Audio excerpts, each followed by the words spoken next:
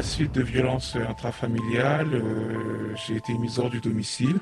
Moi, je me suis vu dans une situation d'étranglement. Moi, je suis dehors. Je suis littéralement dehors. J'ai quand même un enfant. Je suis son seul parent. Si je disparais, qu'est-ce qui lui arrive? Mais c'est pas facile, ni pour lui, ni pour moi. On subit.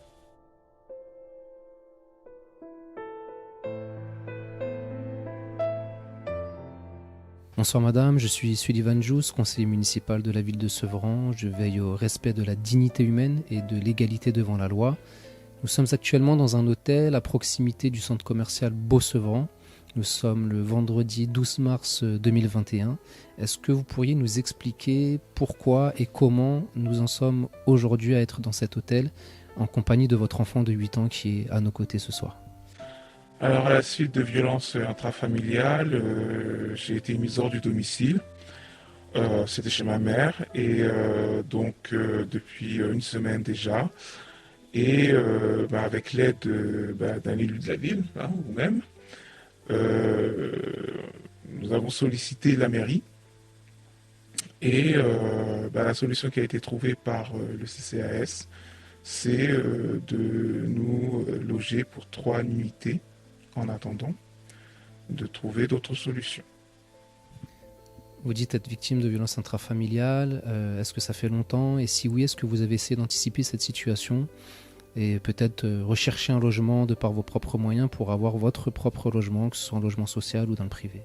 Oui, j'ai une demande de logement depuis 6 ans déjà. Jamais eu de proposition. Donc à l'heure qu'il est,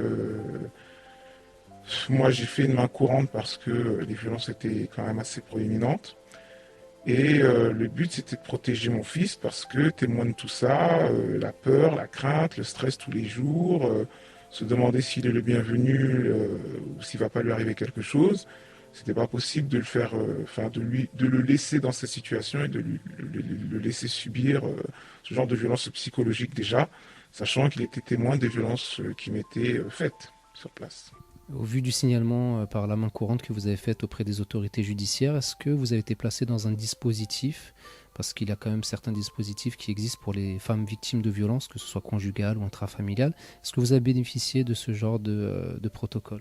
Alors, j'ai demandé un rendez-vous au service logement qui très rapidement m'a rappelé et a pu décortiquer un peu plus la situation et être un peu plus au courant de la nature de ma demande de logement, de la manière dont ça se passait. Ils m'ont expliqué aussi que dans ce cadre-là, je pouvais entrer dans un dispositif départemental d'éloignement, de relogement, mais que bon, ça prenait quand même un certain temps à mettre en place.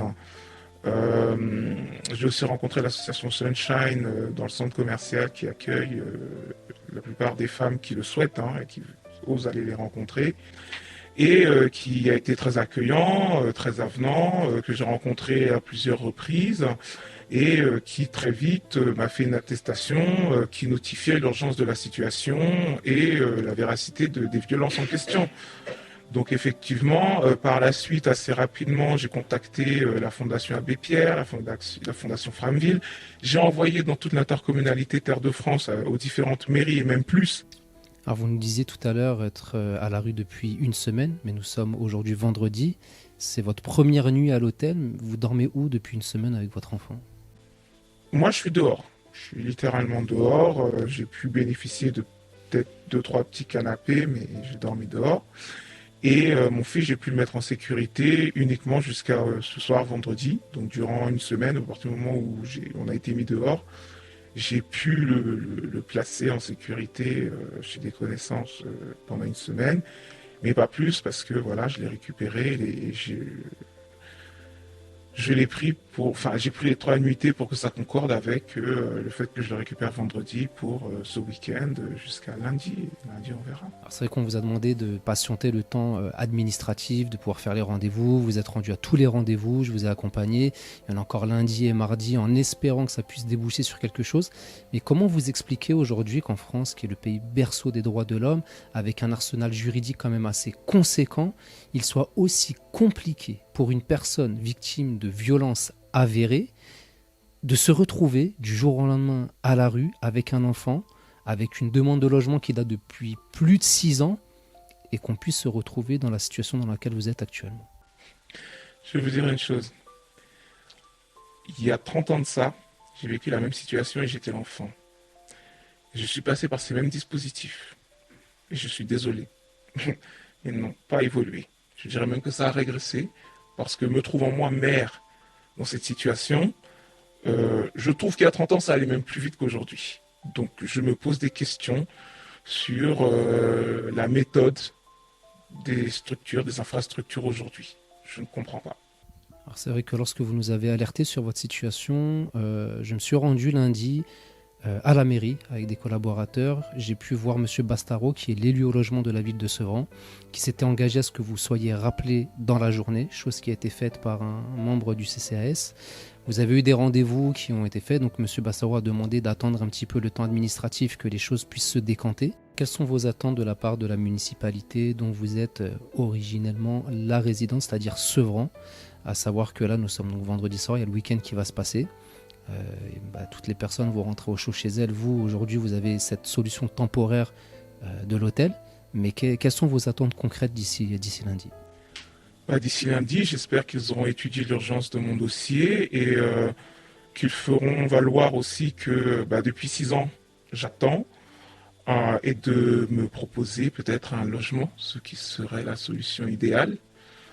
Après, je sais qu'il y a des priorités ailleurs et partout, mais je pense que je cumule suffisamment de-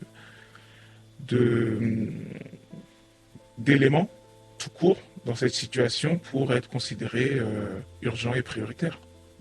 Alors, une question un peu plus personnelle parce que c'est jamais évident. Comment vous vivez la situation et comment votre fils vit cette situation?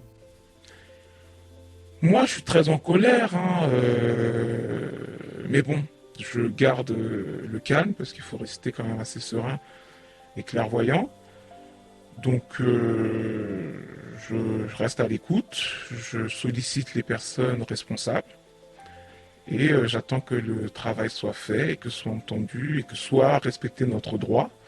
Quant à mon fils, c'est difficile parce qu'au niveau scolaire, moi qui ai à aller en rendez-vous, je ne peux pas forcément toujours être autour de lui et l'encadrer au niveau de l'école. Donc c'est un peu déstabilisant, même s'il en tant qu'enfant, il est toujours relativement joyeux, mais c'est pas facile pour lui. Il le prend bien, il l'intériorise, mais c'est pas facile ni pour lui ni pour moi.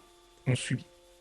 Vous me disiez cette semaine que si une solution efficace ne vous était pas accordée très rapidement, vous envisagiez peut-être de prendre vos affaires et d'aller dans la maison du peuple qu'est la mairie pour trouver un abri là-bas en attente de trouver quelque chose de beaucoup plus stable.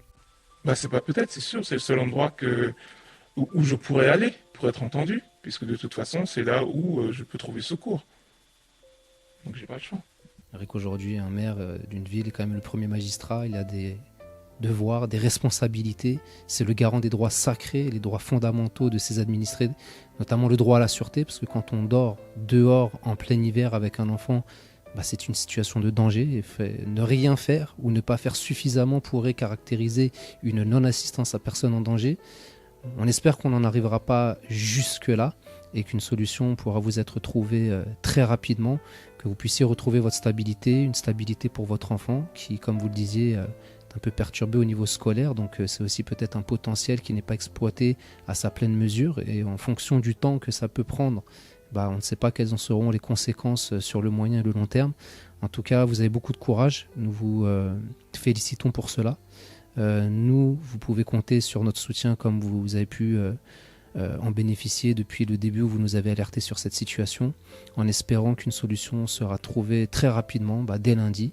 Et si tel n'est pas le cas, nous vous accompagnerons. Et s'il faut refaire une vidéo pour faire un point sur votre situation, en espérant que ce sera une vidéo qui félicitera l'ensemble des élus de Sevran qui auront trouvé une solution rapide et efficace. Mais si tel n'est pas le cas et qu'il faut vous filmer au sein de la municipalité, nous n'aurons pas d'autre choix que de le faire en espérant que nous ne serons pas contraints de le faire. Je vous laisse pour conclure le mot de la fin. Je vous souhaite vraiment beaucoup de courage à vous et à votre enfant. Merci beaucoup pour l'accompagnement parce que je ne pense pas que tout le monde soit aussi bien encadré au vu de ce qui se passe. Euh, à l'heure qu'il est, j'espère vraiment que la mairie entendra cet appel au secours et qu'une solution sera rapidement trouvée. Parce que, vu le temps qu'il fait, je ne conseille à personne et je ne souhaite à personne de se retrouver dans cette situation. Et pour toutes celles qui ont peur de se retrouver dehors parce qu'elles subissent des violences, c'est peut-être moins pire d'être libre dans la rue que d'être au chaud mais menacé. Je pense qu'à ce niveau-là, même si le parcours est compliqué, le parcours est difficile, elles risquent quand même leur vie.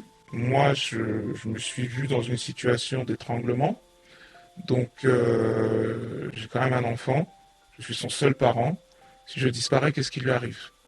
Voilà. C'est-à-dire que les violences que je subis ne sont pas que pour moi, elles le sont pour lui parce qu'il en est témoin. Et c'est le plus dommage.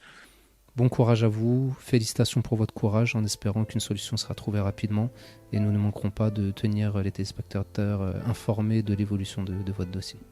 Merci à vous.